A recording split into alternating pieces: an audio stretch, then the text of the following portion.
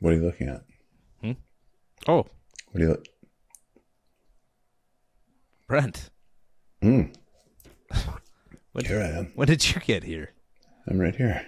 I'm so used to you looking just at? being late for the show now that I wasn't used to you showing up on time for our That's not recording. funny.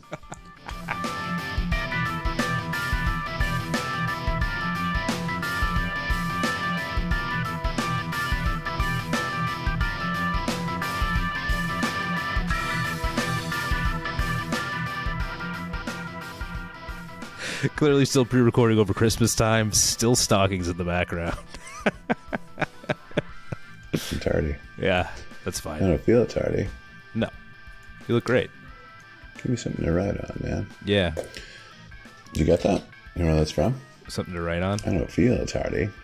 Oh, no, it feels like a pencil. Okay, sounds like it feels like a Give me David Lee something to Roth thing though. It is. Is it? Good for you. See, there you go. Yeah. Give me something to write on, man. Yeah, it's hot for teacher. Okay. See, I didn't listen to that. See, that was the 3 album episode. So we did. Was it? That's right. Right. We did what? Diver Down, and Fair Warning in 1984. In 1984. So I didn't really catch on to the hints of that kind of stuff. So yeah, no, it just felt like a Roth thing that would go on there. It is. Yeah. He's great, man. He's just Love him. just fun. And it's actually funny. I was listening to a podcast. It's from, I can't remember the guy's name, but it's called The 500. And he's talking about the top 500 Rolling Stone albums, and this actually Outlandos D'Amour is what we're going to talk about today, is on that list. I think it's 425 or 428 or something like that. Wow. And the host of it, actually made a reference. He's like, I feel like Roth, would call these guys out for just being stiff and not having like any fun. Really? Something like that. Yeah. Yeah. So anyways, it's just funny how we have a Roth correlation leading into this album too. That is funny. Well, a lot of people did call this album out because there was some confusion around the kind of technical proficiency of the musicianship versus the billing of punk. Yes. I'm pretty excited to talk about this album, man. I am, because I feel like there's actually quite a bit to talk about around the music, around the band, and there is. So I'm actually really excited to hear what you have to educate me on. No pressure about this. I did some research, I did some reading, like I said, listen to that podcast that talked about this album. So I've got some stuff, but cool. Man, a lot of just seems a lot around the Police. Some good, some not so great. What's the not so great? What I was talking about? What were you talking about? Tag. I missed it already. Did you forget already? Yeah, You're sorry. such a millennial. Yeah. So, did you even hear what I said? I heard something at some point. You're talking about Pexels? You're tardy? You're such a dork. Yeah. Okay. Yeah, so we did our little David Lee Roth thing. Yeah. So then I talked about the police punk thing. then, Right. Okay, no. Now I remember. Right. I remember. You jogged. Okay, you jogged it. You gonna be okay? I got it. I think I'm gonna be all right. It's been a long day. Kids not sleeping. But they both came into bed last night. Both the boys. So when that happens and I get up at 6 and now it's 10:30, I'm sorry. I should be more prepared. I did have a Red Bull though. I had a Red Bull before recording here. While we were watching our previous episode, I had a Red Bull. Did you have a Fireball? No, just a Red Bull. Now I'm on bourbon. So Were you listening to In Flames?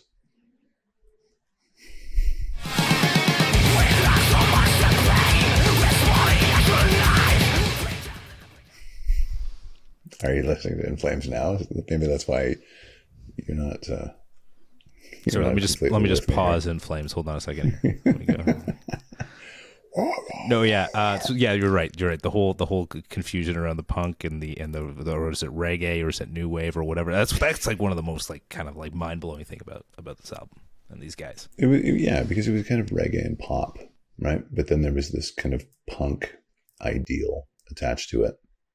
And you can hear it a little bit, but people didn't seem to like that packaging because they said you're a little bit too good on your instruments, so you can't real punk is not that. There's no technical proficiency. So they took a bit of a slagging for that. And, the Police didn't do well when they first started. Like, not at all. People did not like them in the UK. Roxanne tanked, didn't even chart when they put it out. A&M didn't want to pick them up. And they came to the US and just really kind of worked for it. And then Roxanne, did well. And then the UK was like, oh, that's interesting. And then, right? We better pick up on these guys. Well, the UK. Exactly. Yeah. But they had recorded this album with the help of Miles Copeland, who is Stewart's older brother, and he managed the band. And so he set them up in Surrey Sound Studios or something, I think, but only when other bands canceled. Yeah. Or there was spare time at like 2 a.m. 1,500 pounds is what they put into this album. Yeah. And Miles didn't even pay that because he didn't have it until much later. Oh, wow. Yeah. So it was just a huge mess. And so they recorded Roxanne, and they thought Roxanne was their best song, brought it to A&M and said, okay, we'll give it a shot. They put it out, it tanked, and A&M said no. And that, I think that Miles went back and said, okay, how about Can't Stand Losing You? It could be a hit. And they said, okay, we kind of like that. We'll give you a second chance. And that became a hit. And then A&M said, okay, record the rest of the album. But the Police had already recorded the rest of the album, so they just handed it over. There was 2 songs missing. One of the songs was called Dead End Job. Right. And the other song came out on Regatta de Blanc. It was called No Time This Time, I believe, or something like that. Right. So, yeah. Okay. Yeah. But that is the story of this record. Yeah. And good record. Like I think there is certainly a kind of a punk aspect to it.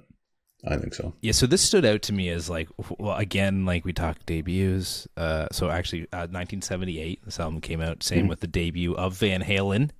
Just so happens that we talked Roth before this as well. Just a lot of VH happening here as well. I feel like it's telling me something. I feel like I got to go back and listen to some VH. But yeah, what a first album, because you know what, it feels like it's recorded like a punk album, right? Like those first, like a first album, right? But then you stop and you listen, and you're like, this is like incredible. The songs, the melodies, the musicianship. These are expert musicians that have been playing for decades. No, not a chance. This is their debut album. They all came from a mishmash of bands before this, some prog bands, and they just happened to come together. In fact, Andy Summers wasn't even in the band initially to start. No, he wasn't. But they had, a wealth of experience across genres. Like they played jazz, they played reggae, they played, so they were, and all 3 of them were very, very proficient musicians. So good. This is considered one of the best debut records in rock by a lot of people, just because it's a very direct, straightforward, no BS record. For me, the last couple songs are, clunking a little bit, but there's a lot of quality on this album, man. Yeah, it's a great rock record. Yeah, I loved this album all the way through. This was like beginning to end. I understand the clunkers where they could be. We'll talk about them. There's just not a clunker on here for me. There you go. Oh, really? Just there. I said it. I thought, should we end the show now? 10 minutes in. No clunkers. Wow. See you later. Yeah. 5 out of 5. 5 out of 5.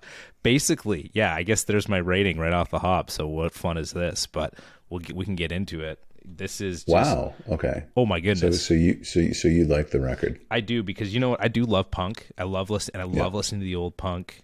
I love listening to like the the Black Flags and it was the Ian MacKaye band, Dead Kennedys. Yeah, and You know, just those bands, man. Like I love it because it's raw, it's real, it's emotion. The recording that goes into it, they're like 2-minute songs that are just full of energy and full of life, and like it just hits you, and you're like, this is just you really feel punk music, and you really feel the punk music of that time, right? Like the original stuff. I don't listen to too much of the new stuff. Now I'm not saying it doesn't have that, but that's what I loved. And like when you start off with Next to You on this album, what a way to kick off this album with this song, because it really sets a tone. It doesn't necessarily tell you what the rest of the album is going to be, because actually the rest of the album is actually quite different. But man, just the way this thing fires things off, this got me stoked. And sorry, last thing, Brent, I know I'm on a tangent here, but I gotta say, when I heard Next to You, So Lonely, Roxanne, Can't Stand Losing You, all on the same album, on their first album, right? I know. Whoa. Okay, I'm done. But like that's why I'm like, this album is incredible. It's pretty right, and that's why people consider it one of the strongest debuts of all time, because of, you know, those 4 songs and others too.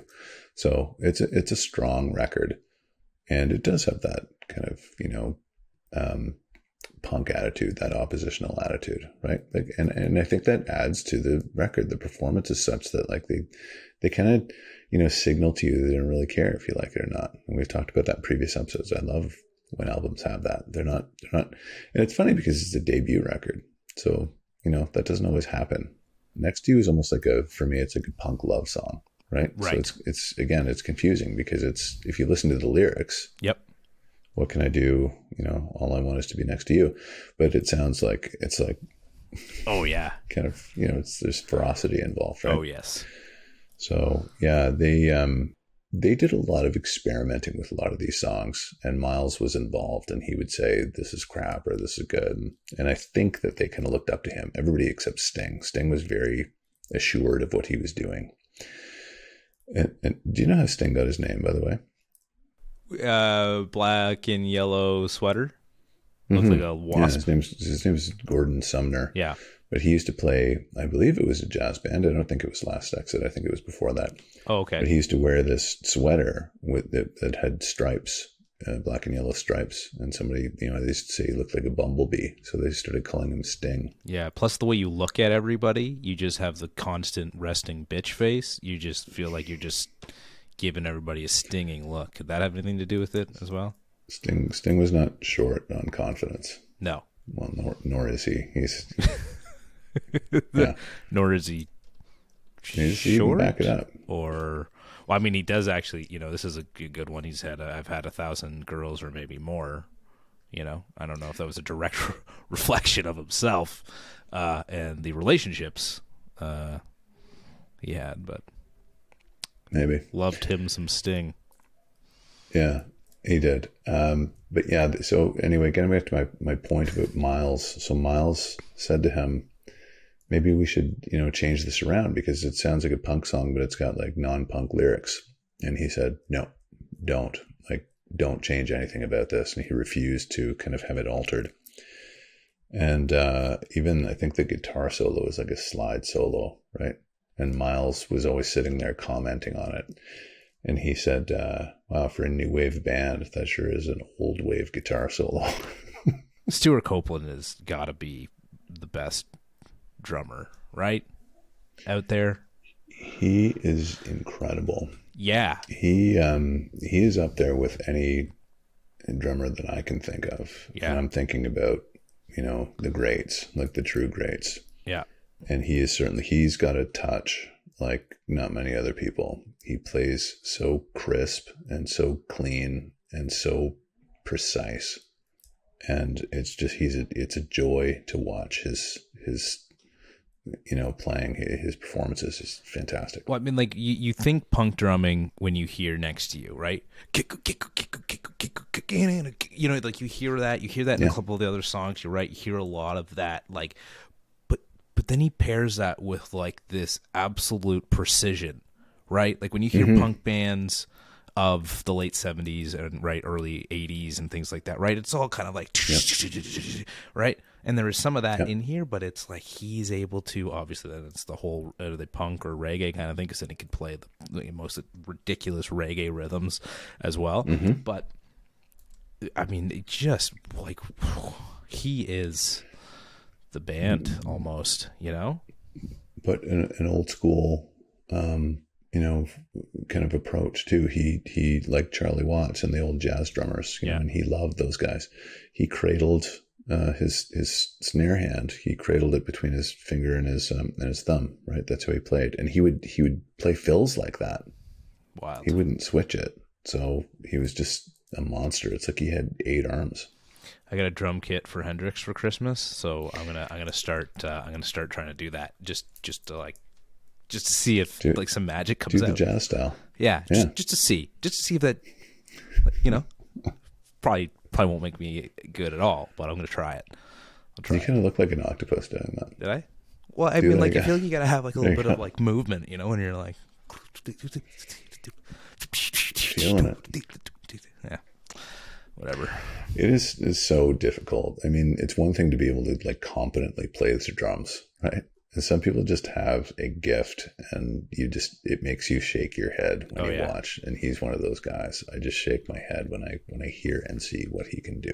I love that he wears like a headband too. Like he's just like, he knows that with like how he's gonna be playing these types of songs, that like he's like, well, I'm gonna sweating my ass off here, better sweatband up. And then you're like, this is a great punk album. This is a great new wave album. And then and then So Lonely comes on. And you're like, what just happened? Yeah, here? The reggae song comes on. The reggae song comes on. Totally. I love it. I love the song. I've loved the song when I heard it the first time, and like, you know, subsequent hundreds of thousands of times, because it's So Lonely by the Police, just like Roxanne. But it's just so good.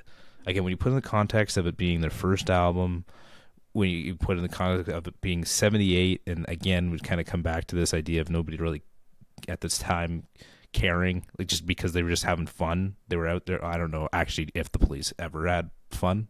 By the sounds of things, they all hated each other, and thought they were all better than one another, but still decided to stick it out. But it's just like, wow, like, yeah, like, this is, I don't know, man. Like, maybe that's the definition of new wave. Like, do whatever. I don't know if that necessarily applied to new wave. I agree. New wave kind of was more of,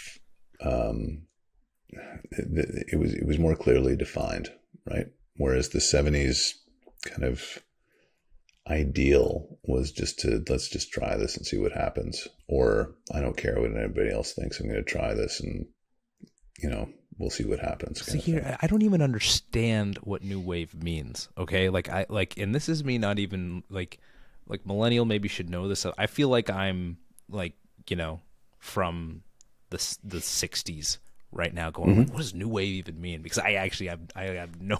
I'm like, what, like how could something fall under new wave? Like rock, I get. Jazz, I get. R&B, I get.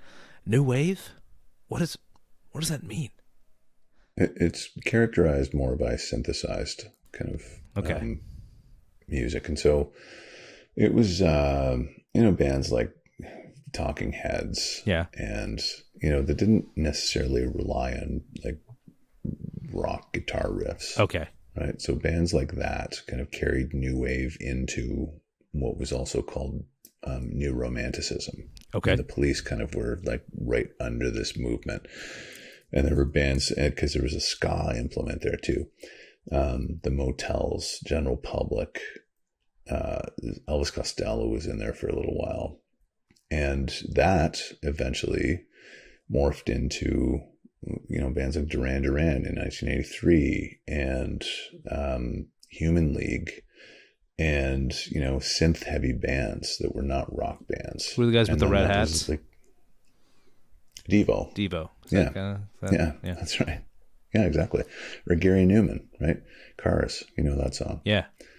So that, like, towards the end of the 70s and the 80s, that was a big deal. Like, that was a huge movement. So yeah, even like rock bands were kind of, you know, kind of morphing into that too, like Blondie a little bit. So that was for me, that was a really interesting movement, actually, to watch those bands kind of go through all those. But the Police were smart because it was almost like they kind of hung back and watched it happen, and then they would kind of jump in and jump out. But they always stayed true to, I've always said, like, no other band sounds like the Police. It's kind of hard to,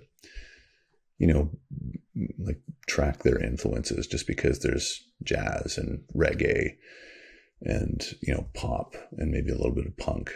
So what do you think is so lonely? Like when you think about it in the... It's a reggae song. So it was inspired by No Woman, No Cry. Yes. Yes, it was. You know that song? Yeah. Yeah. Said I remember when we used to sit, but I just can't convince myself. I don't know. It's kind of, when I hear it, it's kind of an exciting take on that. And you can hear progression and you can hear something new. And again, that's where new wave came from. It was like this new wave of something, that was different from Styx and, Cheap Trick and all the bands of that ilk. In the same way that punk was. They wanted to get away from that arena rock, like REO Speedwagon and Journey. And, so this was kind of a departure from that. And it was exciting. Roxanne. Oh, man. You ever played the drinking game? About Roxanne? What's that? You ever played the Roxanne drinking game? No. This is great. You know who told me about this? My father told me about the Roxanne drinking game. Ronnie Huard. Ron Huard. Okay. What's the game? Drink every time they say Roxanne. Wow. That's a couple of drinks. Yeah. I tried. Can't remember what happened after. So, I think I made it. I don't know. I can't remember. I woke up. So, Roxanne is, it is what it is, man. This is the tune. They fooled around with this one too. Somebody wanted to, I don't remember who it was. Somebody wanted to do this in a bossa nova. I think it was Sting, actually. Yeah, I think it was Sting. And then Stewart Copeland said no. And talked him into doing that last little bit, kind of almost as a tango, the coda of the song. But if you, as a guitar player, try playing this. I learned this, I think, 20 years ago, and the chords are not like, it's not like it's like D, C, G. No, it's like G, but it's a crazy G up the neck, and then there's this other diminished chord. Yeah, and you watch Andy, watch Summers play. Like his hand is like he's stretching across, and it's like these guys are so skilled. It's crazy. But there's a funny story that a lot of people know about this song. The intro at the very beginning of the song, and I think it's like the fifth beat. You can hear a bum note, and it kind of goes, and then you hear somebody laugh. The reason why that's in there is because Sting was in the isolation booth doing the vocal, and he sat down on the keyboard without knowing it because it was dark, and he backed up and sat on the keyboard, and it makes that kind of atonal noise. And then he laughed when he did it, thinking like, oops. And at the end they said, okay, we'll just like, we have to either do that over again or cut it out. And Miles said, no, leave it in because it's funny. And they said, I don't know. And he fought them on it, and it stayed in, and it's still there. I was going to bring that up, Brent, because I heard it on your podcast, episode 130, with Stingray executive Steve Jones.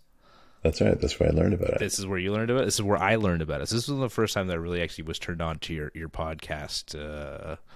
Probably would have been, well, it came out, the episode came out in 2019. So yeah, it was probably around 2019 that I listened to this episode. And this is when I was like going through and I was listening to your episodes, and then whatever song you guest talked about, I would pause the podcast, call up the song, listen to the song, and the next one listen to the whatever. Anyways, so yeah, Hole in My Life follows up Roxanne. It's a bit of a depressing song. I don't know. For me, it's just I like it, but it's not. It's just it's there. It's great. It's such a great. It just feels like such a great set of songs. Like it just like the way that you go through this album. I love the sequencing on this. I think the first three songs are killer, and then this comes in, and it's kind of like it obviously carries on of that reggae feel, but it is just, again, it's just like the singing, the guitar, the drumming, everything just hits you so. Oh, I love it. I love the feeling of this album. Yeah. We'll get to the end of the record, but for me, it kind of tapers off there. And I'll tell you something. So I was a couple of weeks ago, okay. I went on Facebook. I don't know if you saw this post, and I said, so it seems to me that of all the Police records, there's always one clunker, right? I mean, there's a lot of great songs, but they're spread out across a lot of records. And it just seems to me that there isn't one kind of overall superior album like Who's Next or Queen Sheer Heart Attack. You know what I mean? Where were those like good albums? It's just you rated them very heavily. So it's just like it's unassailable, right? You can't say that Who's Next is not like the Who's best record. But with the Police, you can't really say that about any of their albums unequivocally. So I put the question out there and I said, so, what does everybody think? And it's funny because at least they had 5 records, I believe. 1, 2, 3, 4, 5. And every one of those records got at least 1 vote as their best. Outlandos got the most respect just because it's the most direct, raw record. Right. And I do agree with that. Yeah. But yeah, it was funny to so far hear. so good for me. Oh, it's terrific. Yeah. Yeah. But again, towards the end, my point is that there's always, on every Police record, there's always one clunker. When did they come to Toronto? They played the Shoe. No, they did. That was around 79, I'm going to say. Yeah. 80. They were absolutely they did something called nobody showed up to that show. Their first show at the Shoe here in Toronto. Yeah. Then they played the Police Picnic. Oh, okay. If you remember that. No, don't. I was, I And can't remember what I was doing that that day. Years. But, sorry? I can't, I think they did that for a couple of years. Oh, okay. It was a, I think, I could be wrong about that. But yeah, they played the CNA Grandstand. Oh, cool. In the early 80s. Yeah. Awesome. Yeah. Gary's, right? The Garys booked them. The Garys booked them at the Shoe. The Garys had a lot of vision. Yeah. One of the Garys was on the podcast, and he was telling me stories about bringing the Police in. Oh, yeah? Yeah. I don't know if I listened. Yeah. I don't know if I got back to that one. You have so many bloody episodes. You're so good at what you do. Scroll down. Scroll down. Keep scrolling. Keep scrolling. Well, I remember years ago, Sting had a photo of himself outside of the Horseshoe. That was cool. Mm-hmm. Because he was doing his play. He had his play here that he was doing. Oh, that's right. Englishman The in New York Last or Ship. something. There, that's what it was called. The Last Ship. Yeah. So, okay. Peanuts. This is a song about Rod Stewart, believe it or not. Yeah, I read this. People know that. This is hilarious. Isn't it kind of funny? Totally. So he evidently loved Rod Stewart and idolized him when he was in, Faces, and then he went off on his own. And then, and this is like people have said this other than Sting, that Rod Stewart just completely fell apart because he used to be this really cool singer when he was in Faces and at the beginning of his own solo career. And then he just turned into this jokey kind of American songbook softy. Just take it easy. My mom loves Rod Stewart. Okay, Holly So loves do Rod Stewart. I. Okay, all right. Okay, good. I do too. It's not a criticism. Okay. And what I'm saying is that people really started ganging up on him and saying that he was. And I know people. I have friends. I won't name them, who say, I hate Rod Stewart now. Oh wow. Because he's a joke. He was so great, and he, there's this kind of sense that he'd let people down who are his fans. Anyway, this song is about that. And so if you listen to the lyrics, it's about, Sting saying, what happened to Rod Stewart? He used to be so cool, and now he's a loser. But then he was asked, I think in the late 90s, by some magazine, so do you still think that? And he said, no, I completely turned around on that. I don't subscribe to those lyrics anymore. And, I see Rod Stewart in a whole new light now. And they were friends. They've collaborated, I believe, on things. Don't want to hear about the drugs you're taking. Don't want to read about the love you're making. Don't want to hear about the life you're faking. Don't want to read about the muck they're raking. Yeah, and yeah, I mean, it could go for obviously any. Really, it was kind of about. It's just about celebrity too, right? It's about being a celebrity. It's about being in the spotlight. You don't want to read about this, but more specifically, this was written about Rod Stewart, Right. which is what is the gist. I remember what I said about bands in the 70s and kind of morphing into their 80s personas, right? And looking at the 80s and going like, how am I going to survive this? Oh yeah. Rod Stewart was a great example of that because he was in the Faces, and that was a kick-ass band with Ronnie Wood and and he played with Jeff Beck and everything. But then he did stuff like Baby Jane and Do You Think I'm Sexy? And and it was like a disco song, and then he kind of traipsed into the 80s and did all these ballads, and people were like, oh my God, Rod just completely folded. Like he is a shadow. Well, we've talked about that himself. though. That was a tough transition for people from the 70s to the 80s. I agree. Again, I'm not saying that this is my opinion. I'm saying that people viewed him in this way. Right. Sorry, and I shouldn't say that it was what you were saying, but I'm just saying, like in general, like we've kind of mentioned that, like the transition from even the 60s and 70s into the 80s, like those bands, like it was tough. Imagine what that must have been like. You were terrified because you were so popular and so on top of the world, and then somebody pulled that world out from under you. Yeah. And you were treading water going like, what am I going to grab onto? Well, Mick and Keith too, right? Like they tried to get into their own solo stuff of the 80s, and that just didn't even work out. Not even close. Oh, like Undercover of the Night and, God. So, yeah, it's tough, man. So what do you not like Peanuts, or do you like Peanuts? Yeah, I do. It's fine. Okay. It's again, it's just the thing about that is that there's so many like really, really good songs on this album that they eclipse a lot of the other songs on this album. Yeah. Sure. If you want to look at it that way. To me, all these just stood out so like on their own. Like I would put on any one of these songs. Wow.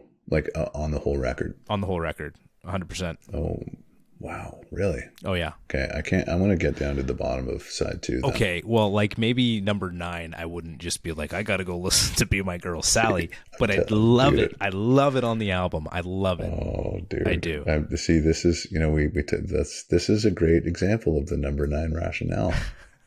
a perfect example. This is it. I am not going to get into another Wish Upon a Star conversation with you. Okay. All right. We're going to just move along. The good news is we live in Canada. We can agree to disagree and give each other a hug. Yeah, that's right. Well, if you want to live to see another day, don't answer the door when your doorbell rings. Can't Stand Losing You kicks off side B. Are we having an intermission? What's that? Are we having an intermission? Oh, you want to take another? Oh, yeah, that's right. Side B. It's the beginning of side 2. No, I'm just joking. It's the beginning of side 2. That was so cool that you found that. Let's all go to the... Where did you find that? YouTube. It just searched 50s like or old like intermission graphic thing, and that's crazy. Like, maybe this is I hadn't seen that. I don't even know if I saw that when I was a kid. I just saw that when I was like, do you know what I mean? Like in real time, because I believe that was a 60s thing. I was born in 1969, so it was before my time. But I do remember seeing it in some capacity and going, that is the kind of the intermission measure, and then you pop it up, and I was like, oh my God. Just took Brent back. Brent cried. Brent wept when he saw that. I wept. That's right. It was cool. It was cool. I have it. It's just great. Like I'm glad. Like you actually. Wow, come on! I'm having fun here. All right, just trying to be the outlaw of love. It's do you know? Hey, that's I want to tell you about the title of this record was. Yeah, that's where that comes from. How does that go again? So this is kind of funny. Do you know why the album is called Outlandos D'Amour? I'm glad you brought that up because of Roxanne, right? Because Miles really liked. No, am I wrong? No. So they wanted to call the album Police Brutality. Correct. Yeah.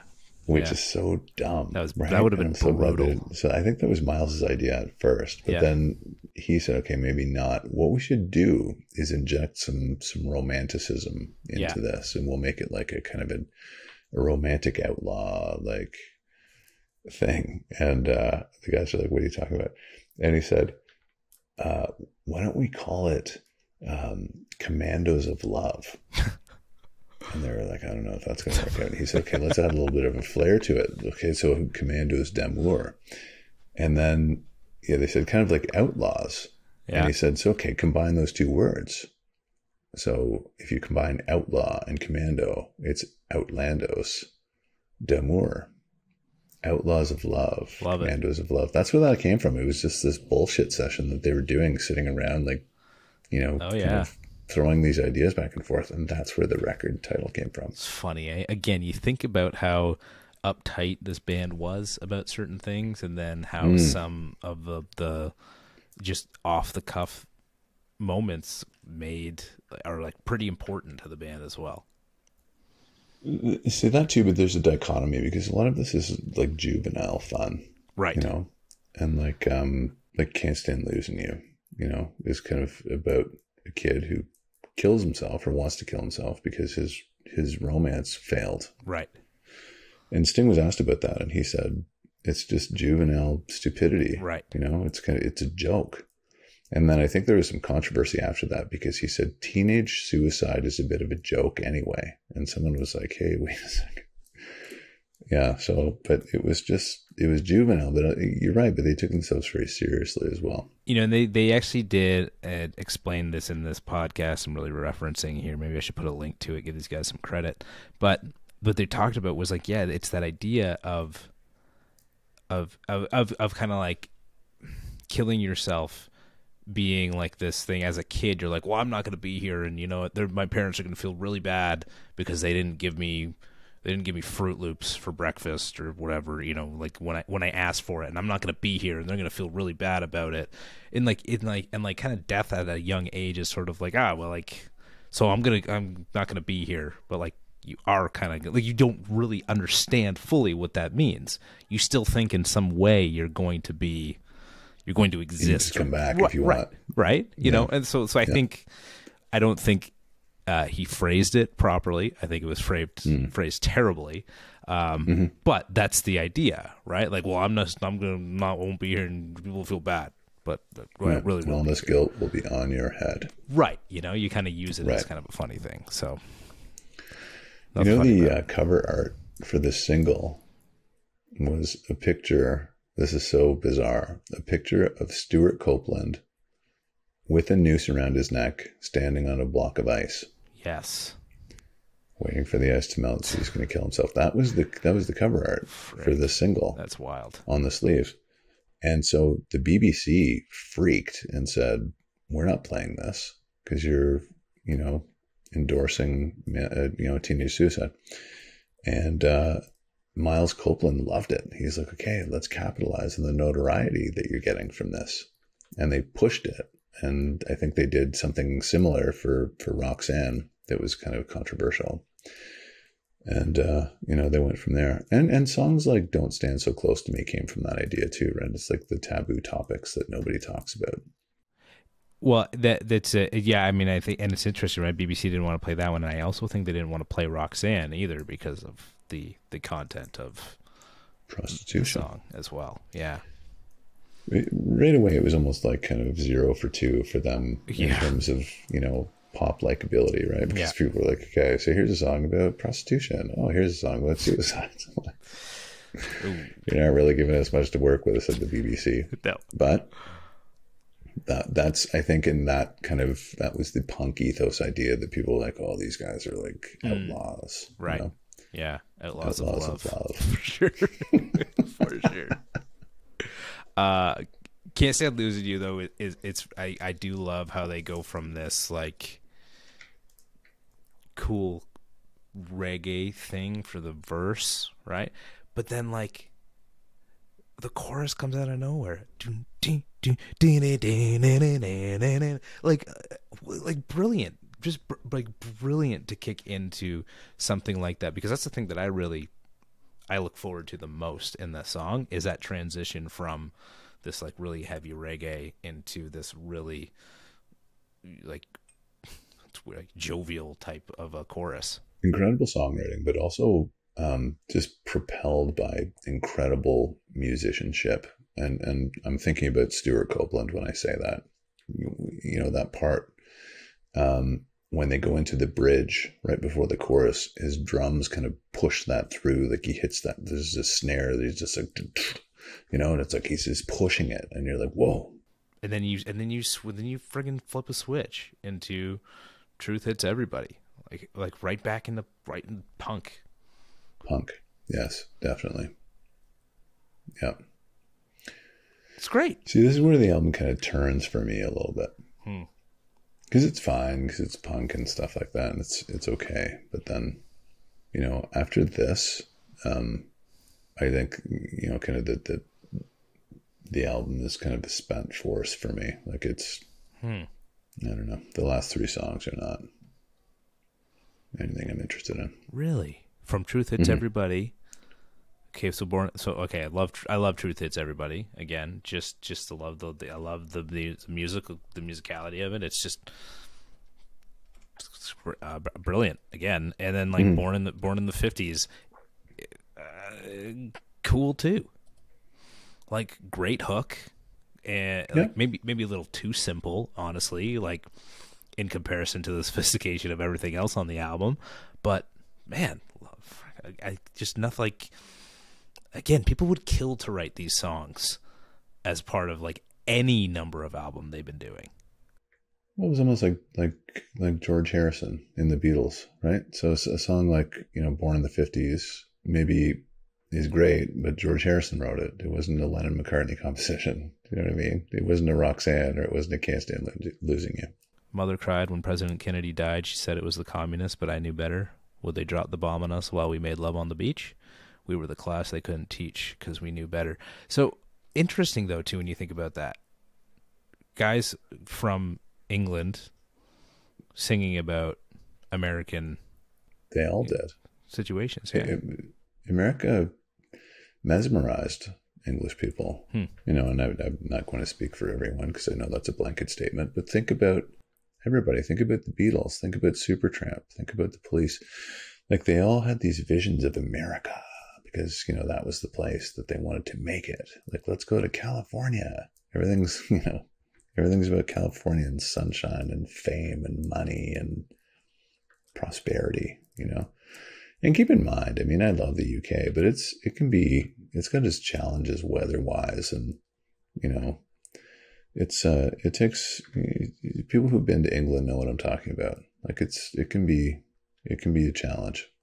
So you know, America, Def Leppard, like, there's so many bands who, like, you know, they're just like plotting their, you know, arrival into America and making it because it's the center of the universe. That's a good point. I mean, because like they did come over to America, and that, like, you know, it's funny because a lot of Americans went over to the UK to make it, and some people in the UK had to go over to America to make it, right? Exactly. Yeah. Guns N' Roses played the marquee, right? And it was like, wow, we're playing, because all those, that's really cool too if you look at it. I'm glad you brought that up because that's the inverse of this, right? So many of those. I don't know, like an Aerosmith or Van Halen or Guns N' Roses, look to the British bands who got them started, like Led Zeppelin, you know, and like the Stones. And we're like, wow, this is hallowed ground. You know, we're playing the Marquee, or we're playing the Hammersmith Odeon, or, Royal you know, Albert. one of those storied. Yeah. And that was a big deal. Mm-hmm. So it does cut both ways for sure. Definitely. America was just a much bigger market. Okay. All right. The highlight of the album. True number 9. Be My True Girl. Number 9. Sally? This is one of the shittiest songs I've ever heard in my life. It's so fun. I mean, and I won't stop there. I'll tell you that Andy Summers, it seems like every now and again they give him a little bit of rope, and he manages to hang himself with it. You know, like on... like the cover of the Can't Stand Losing You. Okay, go for it. Oh, no, like Mother. I don't know if you've heard that song by the Police. No. It's so bad. He's just kind of in a world of his own, Andy Summers says. You know, and this song is a good example. This is like I just don't. I just think it's hilarious that they put this on and that it's just such a little like interlude. I don't know. I think it's great. I think it is absolutely hilarious. I think, yeah, like it's kind of just this like stop and listen. It doesn't make you smarter to listen to the story or anything. No, it certainly doesn't. But I just think it's hilarious that they put this on there. And to me, it's just, I shouldn't say that it works, but I'm okay with it. And I just think it's bold, it's brave. It's like, again, it comes back to that. It's their first album. They want to do whatever, or, you know, the guys just want to do whatever they want to do, and they'll put this on there. I don't know how Sting felt about this. Pretty sure they hated each other anyways, but, you know, it's a fun kind of intro, and then the story is just kind of hilarious because it comes out of nowhere, and then Masoka Tonga. Oh, God. Again, like space filler. I don't know why this is on the record. This is fantastic. This is fantastic playing. This is like a glimpse into them just like riffing, right? Imagine just sitting in a room. Nana Muscuri is a fantastic player. It doesn't mean that I like her music. Who is it? Who's a fantastic player? Nana Muscuri. Okay. It's technically proficient. It's great, but it's not my thing. Got it. It's nice. And again, fair. It's tacked on at the very end of the record. Well, where else would they put it? You like this? Should they? I love this. I think this is I'm great. surprised you like it. What a great! I love it as a finisher. I love it to just wrap it all up. Oh, really? Yeah. And yeah, there you go. Just me. I love when it's finished. Just me. Jeez. It's okay. We have that in common, My I guess. Kind God. All right. It's a good record. It just, I think they just kind of, they didn't need to put those songs on there. That's all. That's my opinion. Sure, totally. I'll leave you. You know what? We tried this before. I tried to have a conversation with you about atmosphere and non-atmosphere. Didn't go very far, so I'm just going to leave it as that. I'm just going to say that's great. I'm with you. All right. So 5. 5 out of 5. This is a 5 out of 5 for me. I know people are probably gonna be like, what is wrong with this guy? Gave Steve Miller's Fly Like an Eagle 4.5. You're giving this one what? Yeah. Totally. I can see why you'd give it a 5. It's a very impressive record, as a matter of fact. It truly is. It is so impressive. I'm into it. Now, here's the thing. Okay. We talked earlier about the Police canon of albums, and I think it's 5. So there's Regata de Blanc, there's Zenyatta Mondada, Ghost in the Machine, and then Synchronicity. Regata de Blanc, Zenyatta Mondada. Regata de Blanc. Like, what the fuck these are? I will say they're pretty awful album names, but it's bizarre. Yeah. Right? I don't know where they get that stuff. Was the Regata de Blanc? Was that the white boat? Is that what that translates into? It has something to do with that, yeah. Yeah, okay. So I'm going to propose that this was the first album that the Police did. I would like to propose that we listen to the last album that the Police did. Okay.